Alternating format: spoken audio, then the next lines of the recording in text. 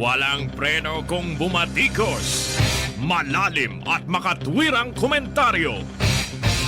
Mag-ingat ang mga politikong gumagawa ng kalokohan at baka kayo ay tamaan ng Rapid Fire!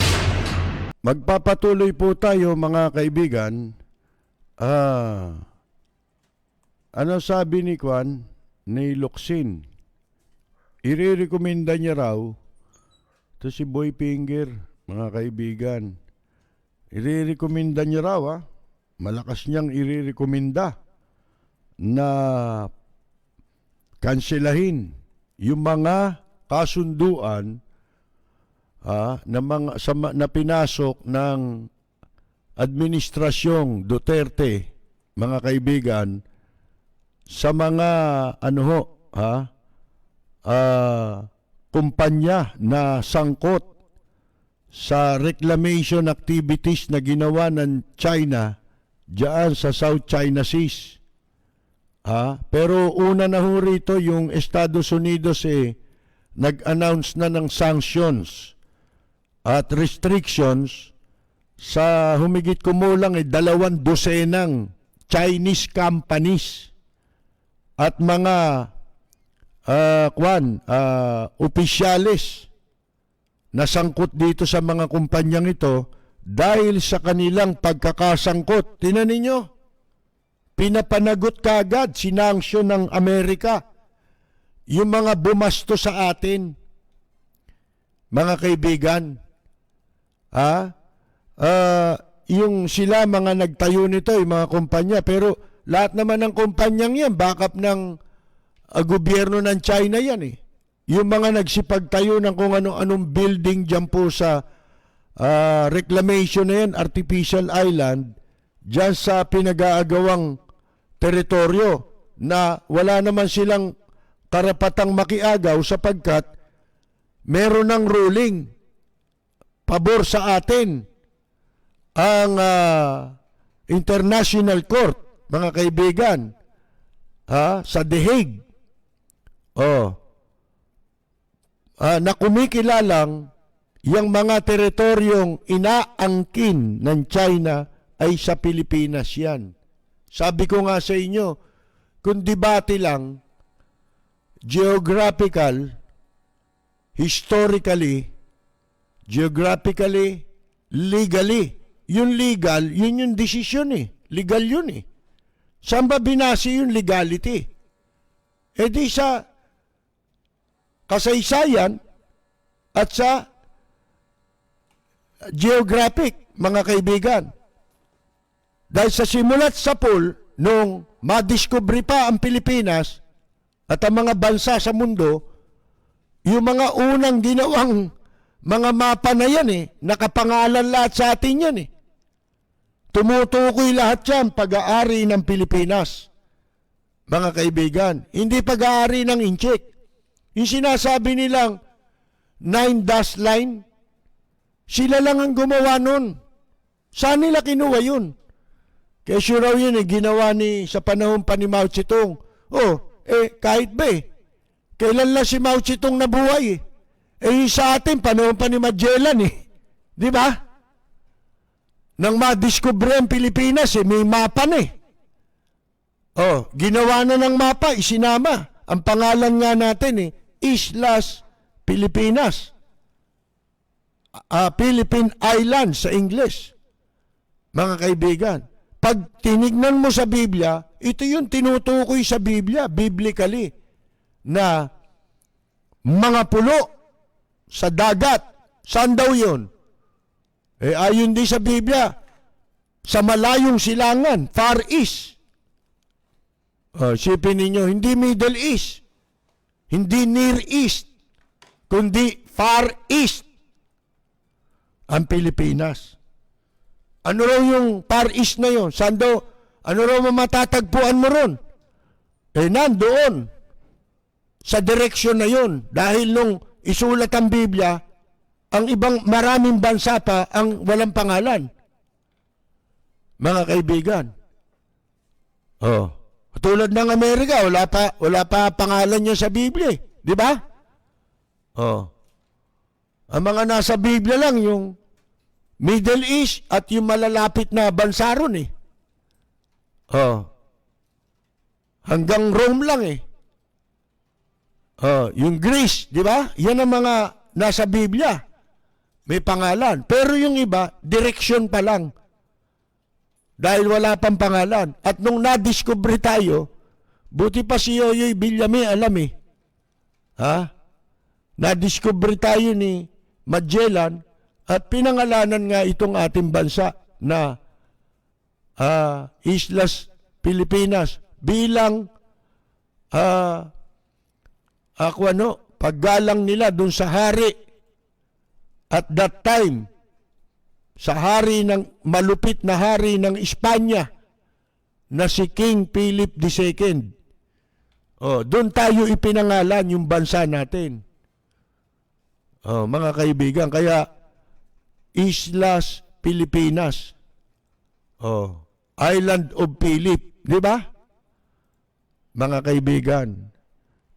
Ang sabi ho dito ni Locsin, ito kita mo. Kamakailan lamang binabanatan nito yung Amerika, di ba? Yung US Embassy na nagsabing yung Sabah, Malaysia.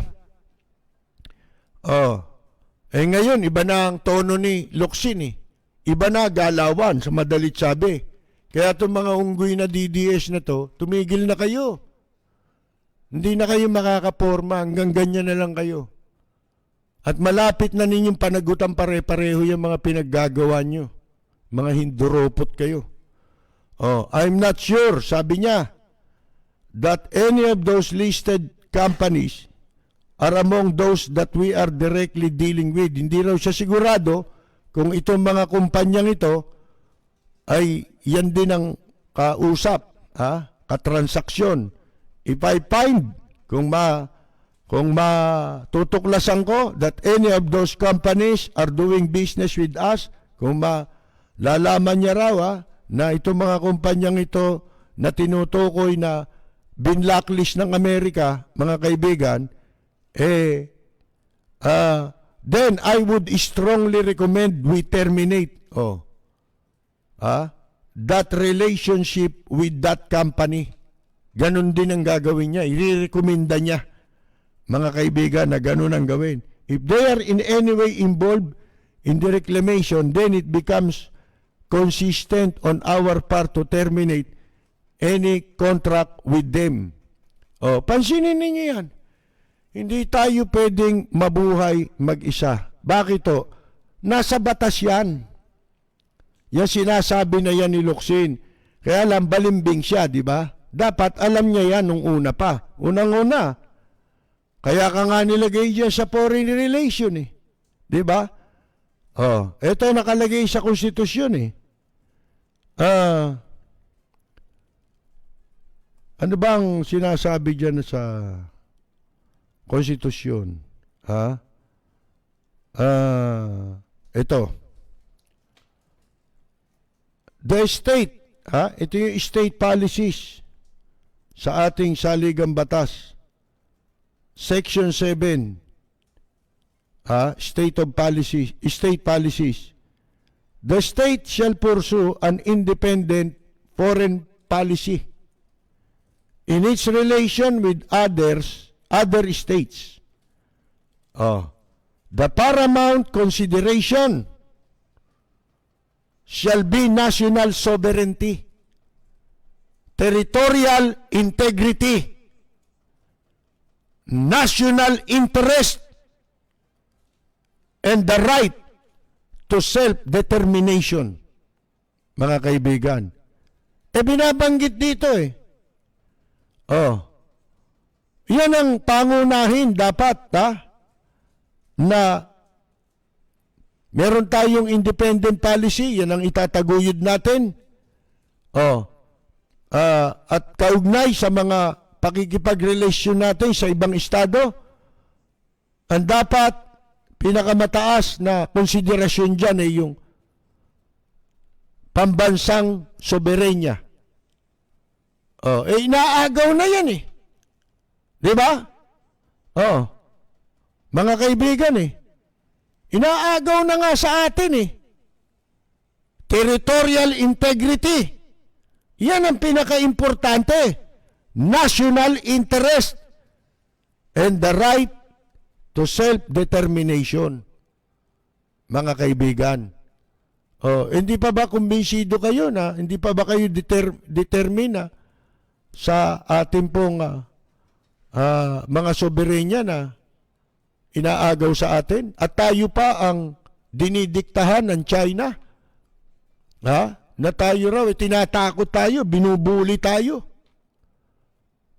Mga kaibigan, balita ko nagpakawala ng 2 missile yan China. Dahil sa ginagawang pag-ikot dyan ng mga ibang, lalo na ng Amerika.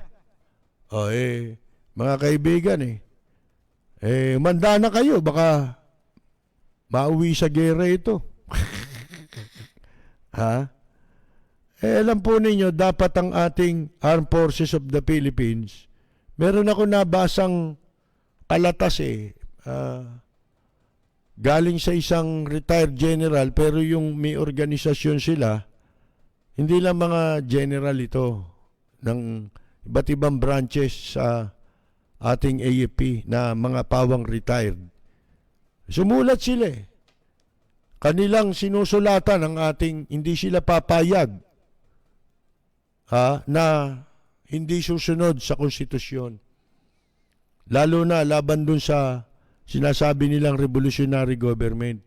Yan instrumento nila yan Pamamaraan nila yan at hindi natin alam na meron pa silang ibang binabala kaya nila pinalutang yung revolutionary government. Mga kaibigan.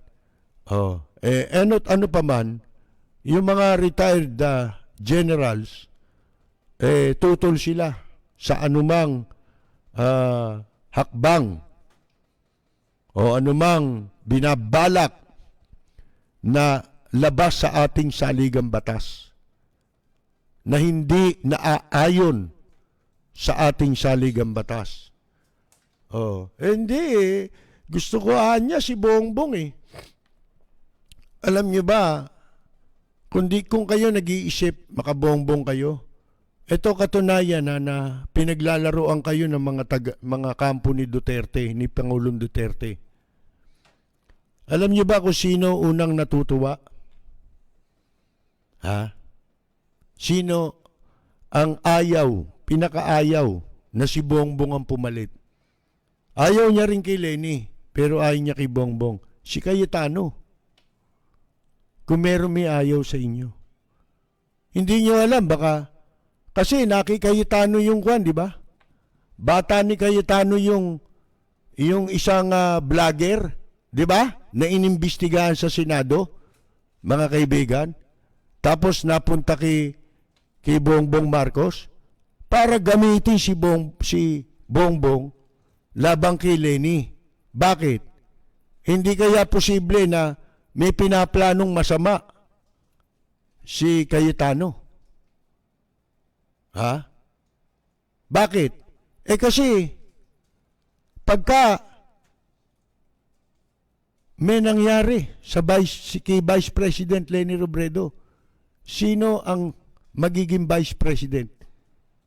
Ang magiging Presidente, Senate President. Ang magiging Vice Presidente, sino? Cayetano. Putong-puto. Tapos, eleksyon. 2022. Vice President siya. Magagamit na niya yung pwesto niya para sa pagtakbong presidente. Dapat laliman nyo ng konti ang inyong pag-aanalisa base sa mga iba, batas, yung rule of succession. Bakit tayo papayag na ganun? Kung sino man ang gusto nyo, malibang halimbawa kay Vice President Leni Robredo, paano mo magagawa yun? Sige nga. Di siyempre sa illegal na paraan. Bakit kayo papayag, sasang-ayon? Masunod lang yung gusto ninyo. paano yung bansa natin? Hindi ho ba, mga kaibigan? Yun yung sinasabi natin, doon tayo lagi sumunod sa rule of law. Dayaan pala yung eleksyon eh. Yun pala, alam nyo eh. Di ba? Ano malaking panlulokong sa ilang sunod na eleksyon nangyari sa bansa natin? Smartmatic. Wag nat. Di kumibo kayo, di ba? Paano? Watak-watak. Di ba? Pagka hindi naman makaka-apekto dun sa gusto nilang politiko, baliwala sa kanila na mababoy ang rule of law. Mali yun. Yun ang sinasabi natin. Kaya sino pa yan? Dapat rule of law ang masunod. Pag hindi ho, gumagawa lang tayo pare-pareho ng masamang pagtutularan. Walang preno kung bumatikos. Malalim at makatwirang komentaryo. Mag-ingat ang mga politikong gumagawa ng kalokohan at baka kayo ay tamaan ng Lapid Fire! Ito mga mahalagang provision sa ating saligang batas. Ang dapat nating isipin na ngayon. Sa Declaration of Principles sa ating saligang batas, nakalagay ho the Philippines is a democratic and republican state. Sovereignty resides in the people and all government authority emanates from them. Ang Pilipinas, anya, ay isang demokratiko at republikanong estado. Ang soberenya ay nasa mamamayan. At ang lahat ng authority ng gobyerno ay nagmumula sa mamamayan. Yun pala naman ganyan. Tama yun. Gamitin mo yung kapangyarihan ng mamamayan na yan, gamitin natin yan, hindi para, kasi itong sinasabing ito nasa konstitusyon, pero hindi sinasabi rito, kalabanin mo yung konstitusyon dahil ikaw yung mamamayan. Ano ibig sabihin nun? Pagka may mali ang gobyerno, tayo pa rin mga mamamayan, may karapatan at kapangyarihang sila ay ating pong questionin, mga kaibigan. Halimbawa, yung sinasabi natin, yung sa COMELEC, dayaan, karapatan natin yun Alam nating nandadaya, pababayaan natin. Hindi na kasi makikinaba. Hindi, kung wala kang gagawin, kailangan may gawin ka para magamit mo. Kasi ang paggamit natin ng karapatan mali minsan Hindi natin binibigyan ng kahalagahan. Hindi natin ginagawang importante. Sipin mo ang kapangyarihan ng tao sa ating mga mamamayan. Kung ano man meron mga otoridad sa gobyerno ngayon, yan dahil sa atin. Sa atin nagmumula yan. Kita mo kung tratuhin ngayon ng mamamayan, paano na lang ng mga nasa gobyernong mayayabang at abusado? Bakit? Mali ang pagkagamit natin Hindi tayo dapat maging ganyan.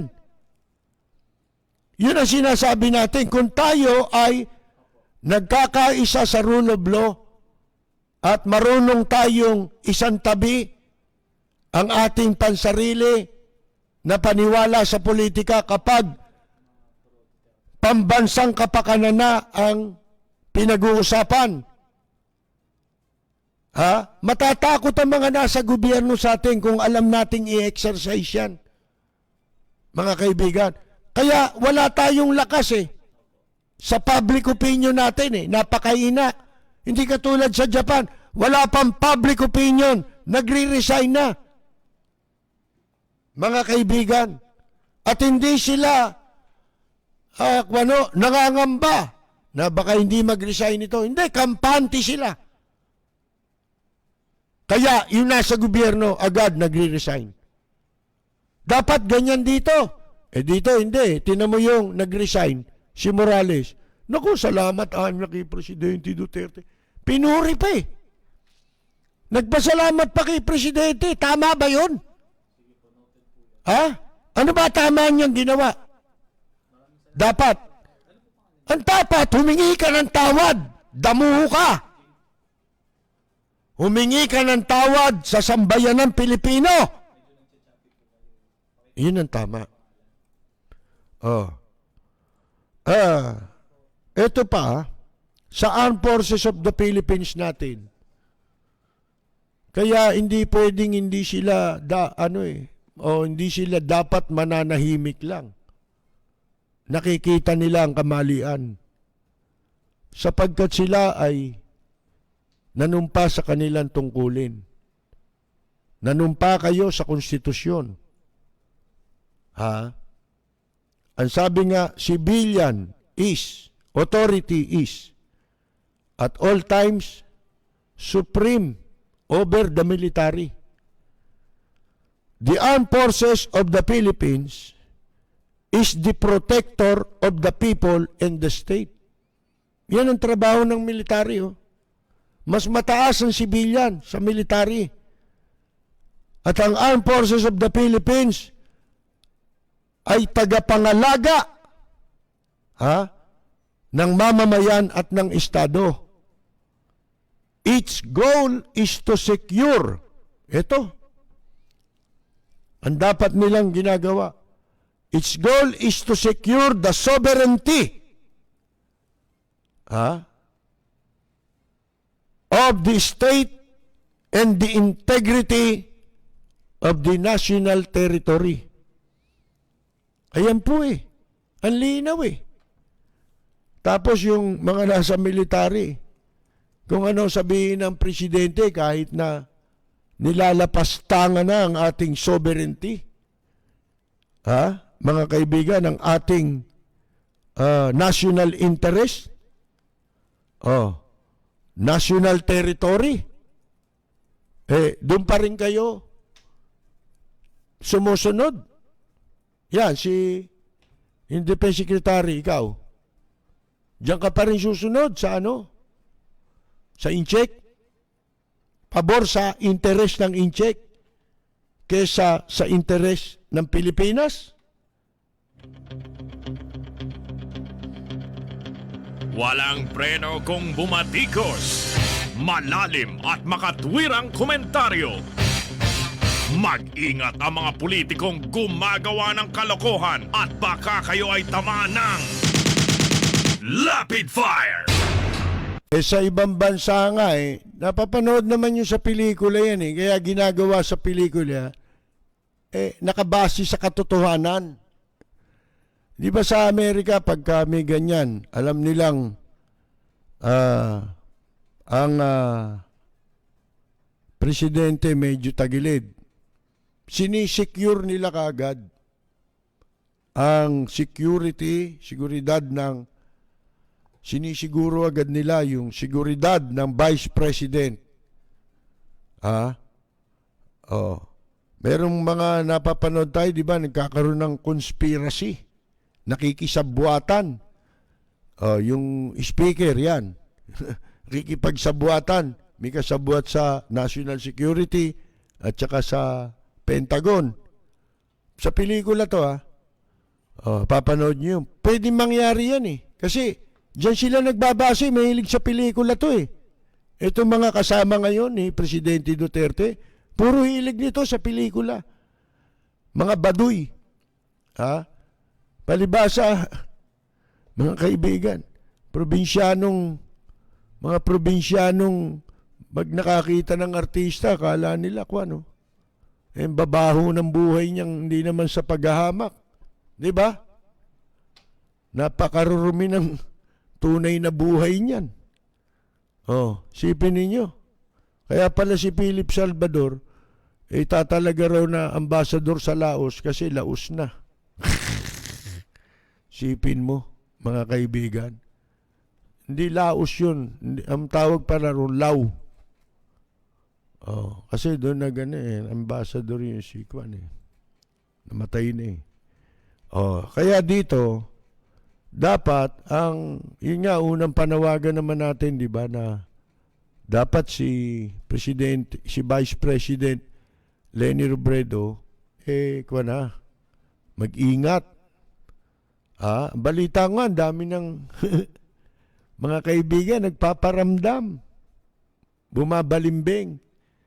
Akala nila mabobola nila si Vice President Leni Robredo. Hanggang kailan lang naman di ba? Sandali lang kung gagawin ni Presidente Duterte yan, kung hindi nila magagawa, isipin mo gaano katagal na natin pinag-uusapan nitong may sakit ito. Matagal na to di ba? Umpisahan na lang natin kung kailan siya. May presidente bang gano'n once in a while? Ang ginagawa? Ala naman Tapos nandun ka sa Davao. Ba't ka lagi ka nasa Davao? Dito ka sa Malacanang. Mga kaibigan, yan ang opisina di ba? Ba't nakakulambo ka sa Davao? Dali mo yung kulambo mo rito, di ba? Mga kaibigan, bakit? Takot siya? Sa Malacanang?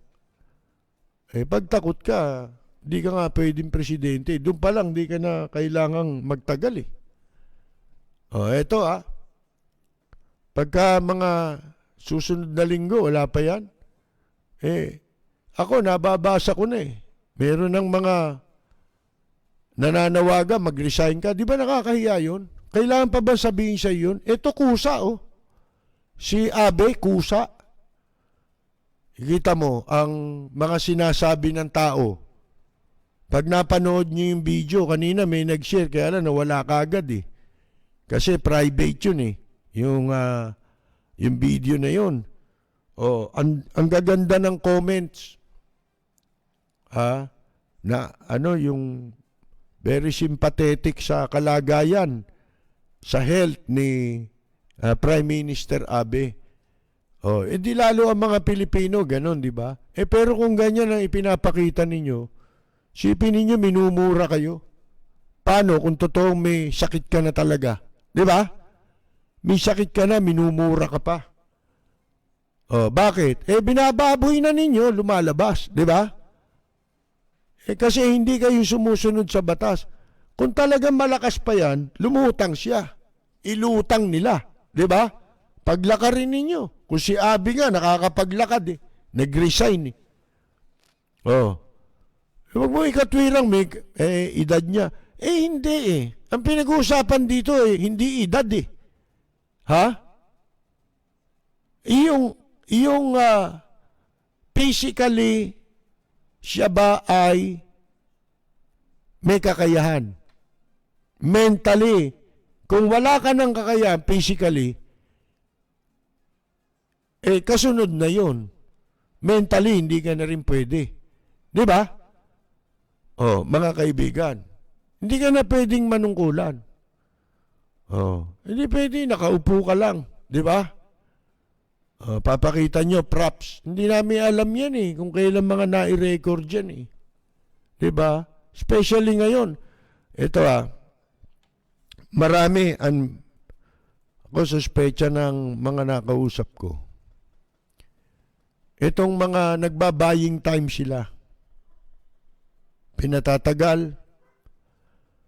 Kung hanggat maaari, maisagad nila. Hanggang 2022 yan. Hanggang bago mag-eleksyon. Maisagad nila yan. Yung pagpapatagal. Itatago nila yan. Yang katotohanan. Maasa sila, baka may milagro, ganon. Yung mga senaryo ba? Diba? Pero ang purpose, kumuha na ng pabaon. Ito, nakakatakot itong mga nakapaligid dyan. Kanya-kanyang pabaon na ito. Kaya nga hindi maipaliwanag yung mga inutang At ngayon, merong nakapending na $4 billion mahigit na loan. Sipin mo. Ha? Saan dadalhin yan? Ha? Mga kaibigan. May mga additional na aid. Kamakailan, di ba? Yung New Zealand yata, nagpadala na naman ng pera dito. Hanapin nyo. Yun lamang bigas na idinonasyon ng Korea. Kamakailan lang yan, ha? Sa website nila galing yan, ng gobyerno. Nagdonasyon ng mahigit 200 metriko toneladang bigas. Mga kaibigan, isipin mo, asa na yung bigas ng Koreano? Meron ba kayo na pagbigyan ng bigas? Sa DSWD, tinan over. Nasaan yung bigas? Ito, puro pabaon na gagawin ito. Bakit? May mga tatakbo eh. Balita, isa sa tatakbo na maraming naitakbo. Si Andanar, tatakbo raw senador. Kapal din, mga kaibigan. Saan kukuha ng kwarta yan? At saka intention yan? Kinakamada na nila yung Senate slate nila. Kung sakasakaling kukonsintihin pa sila ng military sapagkat may malaking responsibility ang Armed Forces of the Philippines dito, pwede nilang igiit yung Armed Forces Chief of Staff natin, pwede niyang igiit yung mandate niya under the Constitution. Wag na itong dalawa Itong national security, tuta yan Si inakaupong national security at saka si Locsin, di ba? Magbabaying time yan Hanggang sa simutin na ang lahat ng pera. Kaya laging sinasabi, wala tayong pera wala pa ng pera, saan napunta yung pera?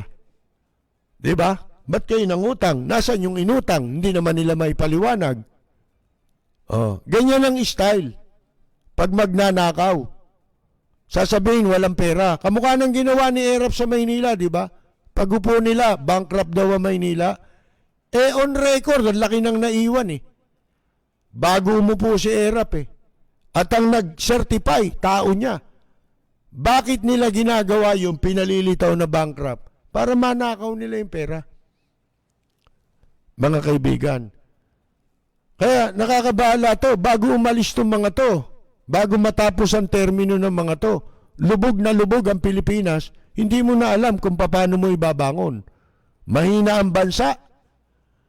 Tapos, tatakbo sa eleksyon yung mga garapatan nila. Kukunin nilang majority ang Senado para wala na makapagsalita. Siyempre, kung ngayon nga ito, mga balimbing lang to nakaupo.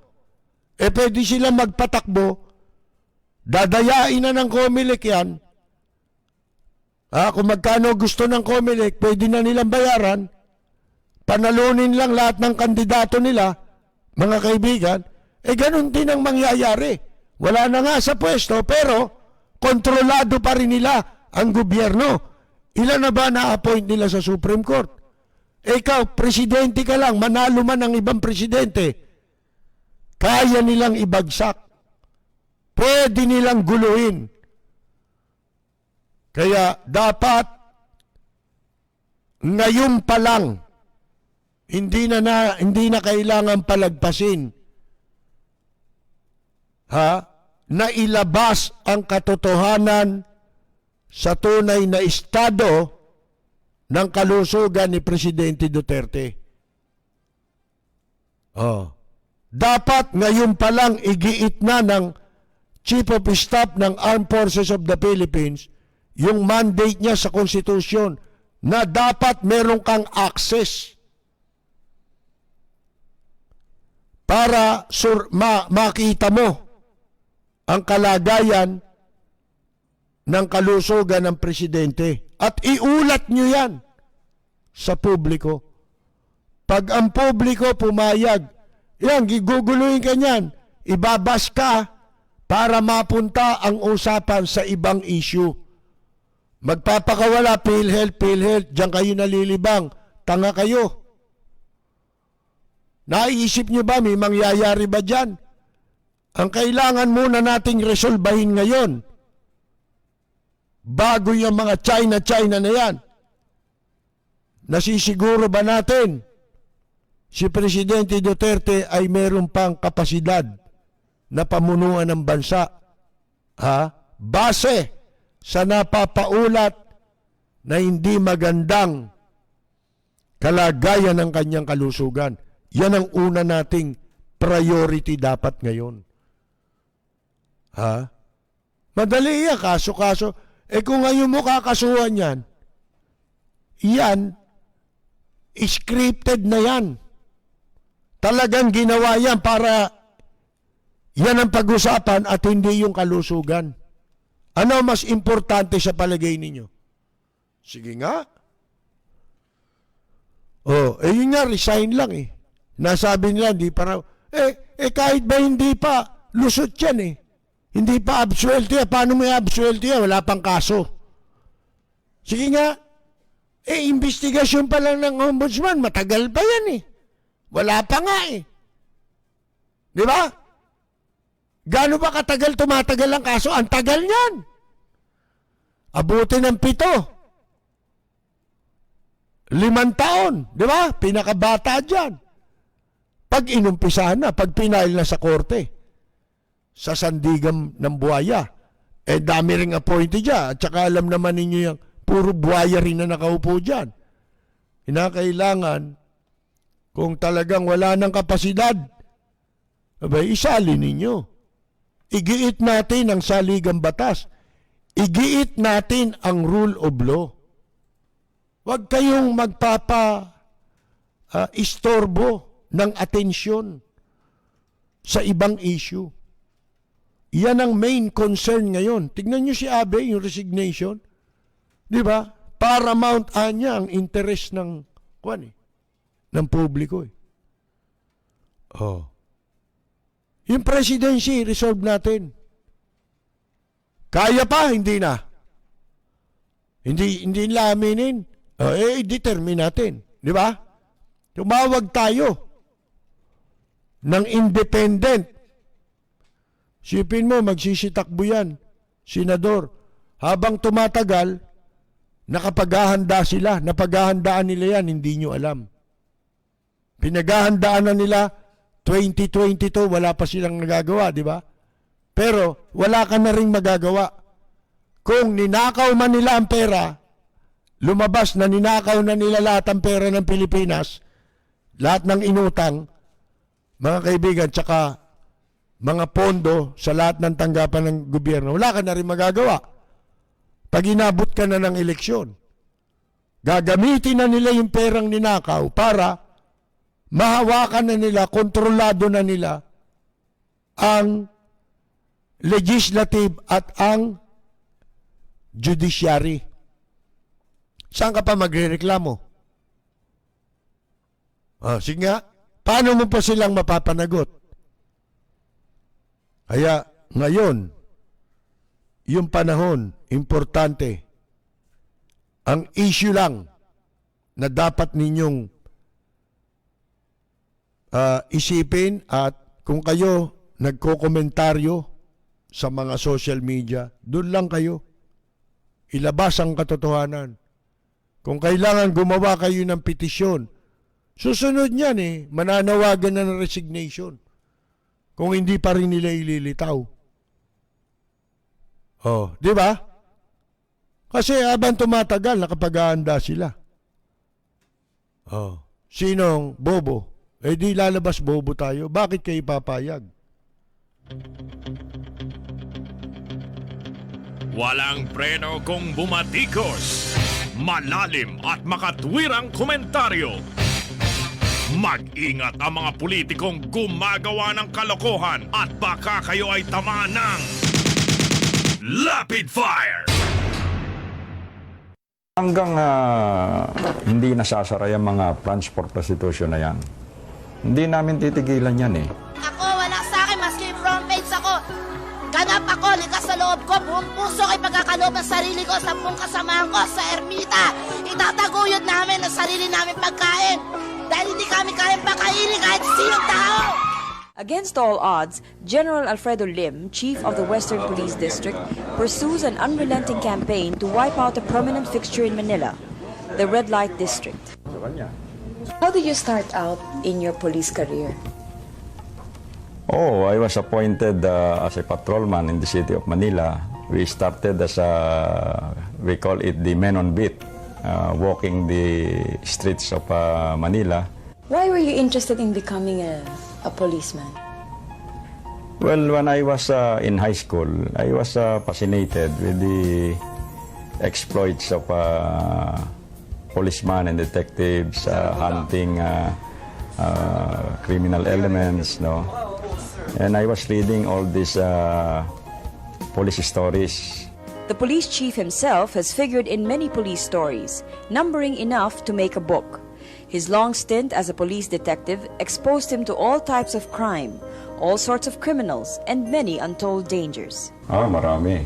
Sa pagtupad ng tungkulin, talagang kasama yan. Dahil alam mo, dito sa aming profesyon, you cannot satisfy everybody. Pag nagkaroon ng isang krimen, ay siyempre tatrabahuin ng mga polisyan. At pag nahuli yung suspect, yung pamilya niya, yung mga kaibigan niya, galit na sa amin. But the reputation of the policeman is not so good. Maraming lagayan, bayaran. Ako personally, no. Pero alam mo, yung mga bintang na yan, ay totoo rin eh.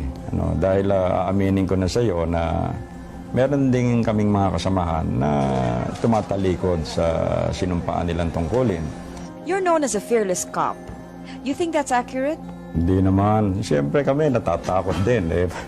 Pare-pareho lang tayong tao eh. Dangan nga lamang. Yan ang aming pinasok na trabaho. I've been in the service for 37 years already.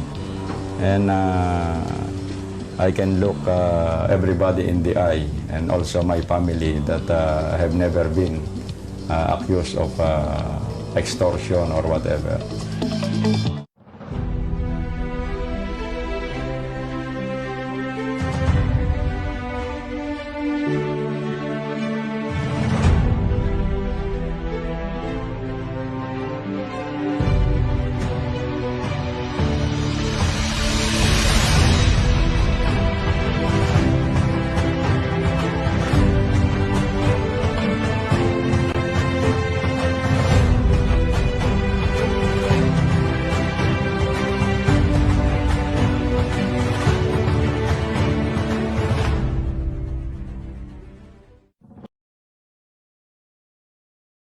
Tayo po ay mababati-bati, babasa-basa muna, medyo kakapusin na tayo ng oras.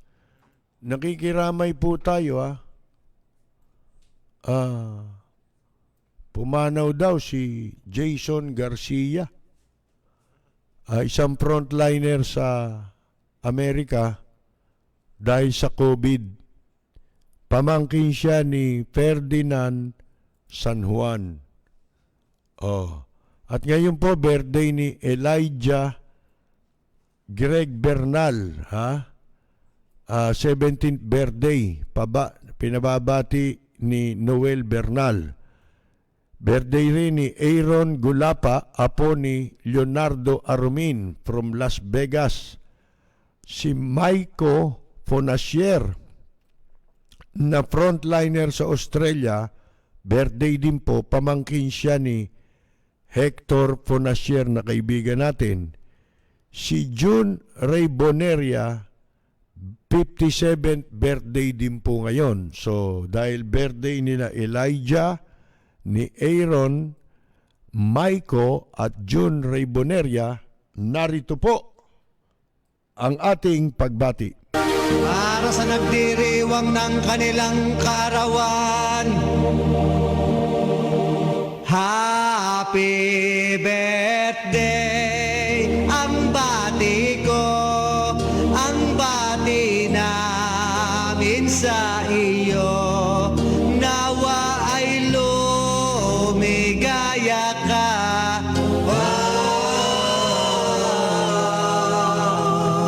At abutin mo pa sana ang maraming kaarawan.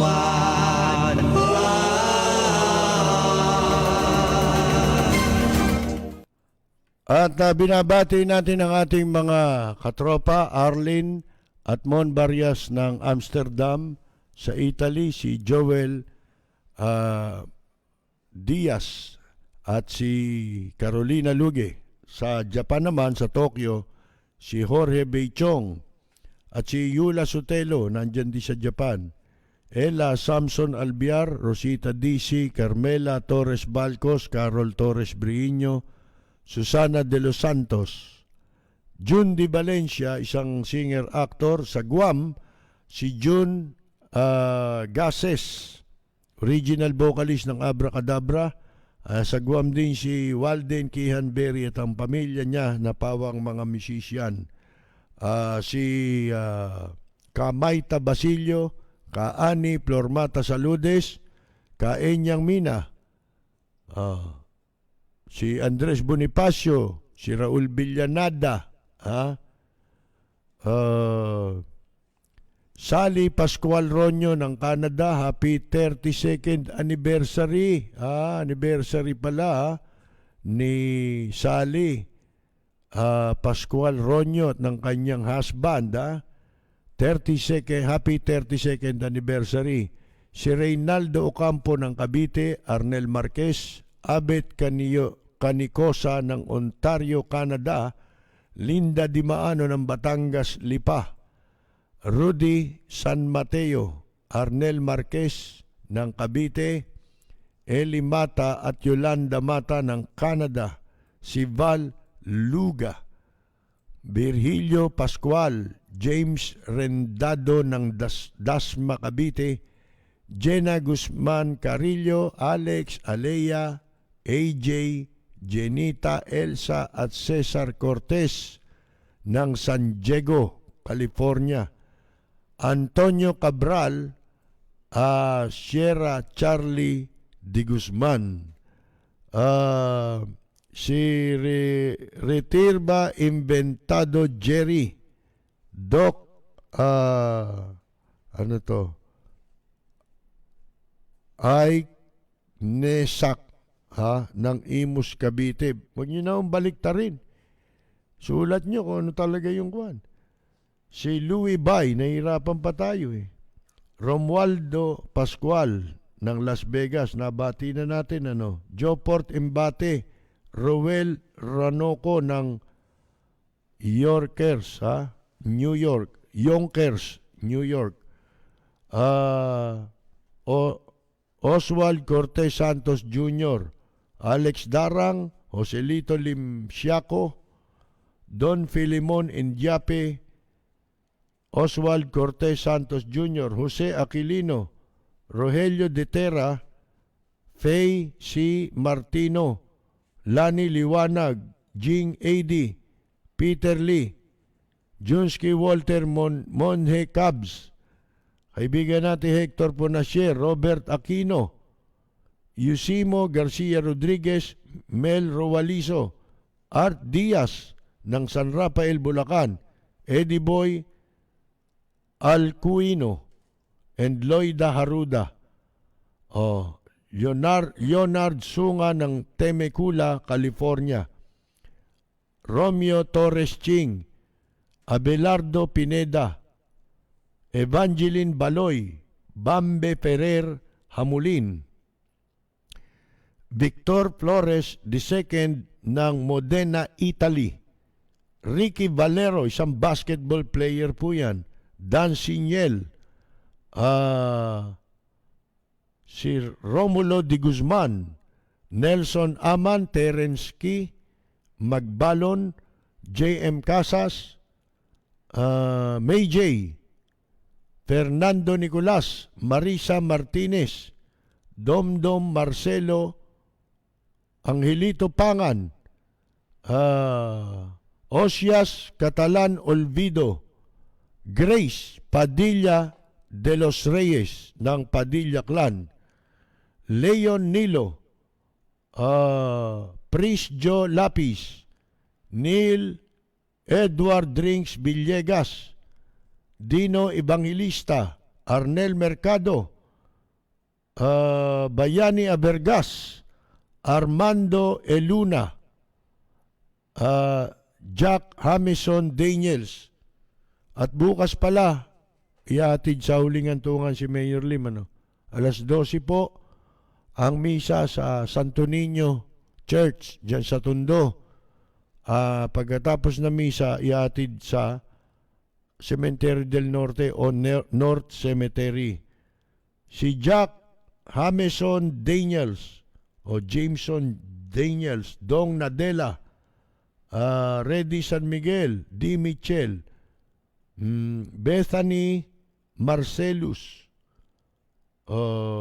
United Kingdom, London, United Kingdom, Yu Chang Koike, Jacob Ojeda, Dante Carmona, Brian Calcena, Edwina Green, Romer Reyes, Nasser Marapaw, Richard Francis Briones Chavez, Ernesto Mangahas, Edwin Javier, Evert Ardales, Jojo Gonzaga, Erwin Gonzaga, Artworks and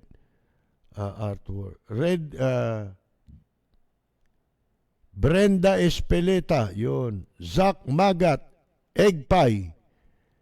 Hindi naman to yung kaibigan natin si Eggpie na namatay na. Yung musician. Diba? Kapangalan niya siguro. Salvador Casenas, Levi Pulumbarit, si Ray Ureta, Rosalie Cruz, Felix. Tatakbo nga palang presidente si Sara. Sara Balabagan. Mga kaibigan, si Cesar D. Soriano, si Elsa. Kikinig pala si Elsa Juneda. Si Rogie Tortalakino ng Cebu ay binabati natin, Eddie Polo Ramos. Si Danny Trias, veteran musician ng grupong FBC, Family Birth Control Rebirth. Zitaku Ador Russell, Rudy Santos ng bandang Horoscope sa California ngayon, si Mel Carunongan, Eric Partosa, si Bella, Efren Carbunco, Cyril Belen, Tina G, Neil Hidalgo, Sara Aquino, Baste Sebastian, Noel Perez, Martiniano Santiago, Neil Hidalgo from Bologna, Italy, Nestor Nierba, si Jermaine Isidro Aguila, ayan po, Reuben Betia ng South Jersey. At si Rick Carion, binabati natin dyan sa Jersey. Ramon Santos ng Pasig, yan. Si CJ Garado. Sino pa? Emmanuel Inigo. Ang dami pa mga kaibigan.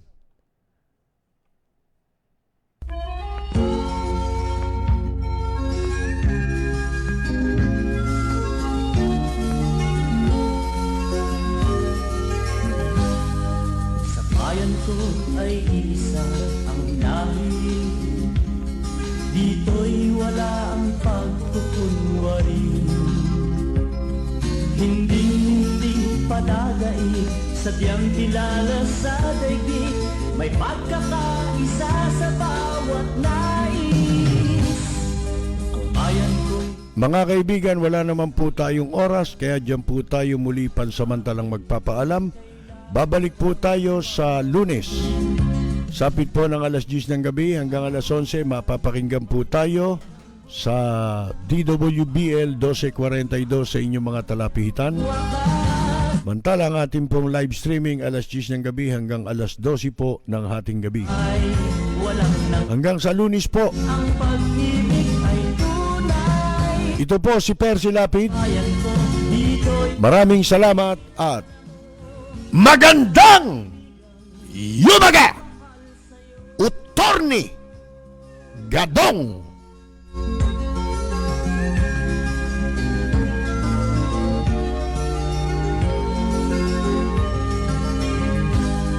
ang bayan ko'y punong-puno ng yaman. Bakit ito'y kailangan pang iwanan? Hindi nga ba't anong sarap mabuhay ng buong ganap? Sa bayan mo, sumapit ng yaong wakas. Dito sa bayan ko, lahat kami pantay-pantay. Walang nang-aapit, ang pag-ibig ay tunay. Dito sa bayan ko, dito'y makikilala mo ang mga kaibigang nagmamahal sa'yo. Dito sa bayan ko, lahat kami pantay-pantay. Walang nang-aapit, ang pag-ibig ay tunay. Dito sa bayan ko, dito'y makikilala mo ang isang kaibigan, ang mga kaibigan, ang bawat kaibigan na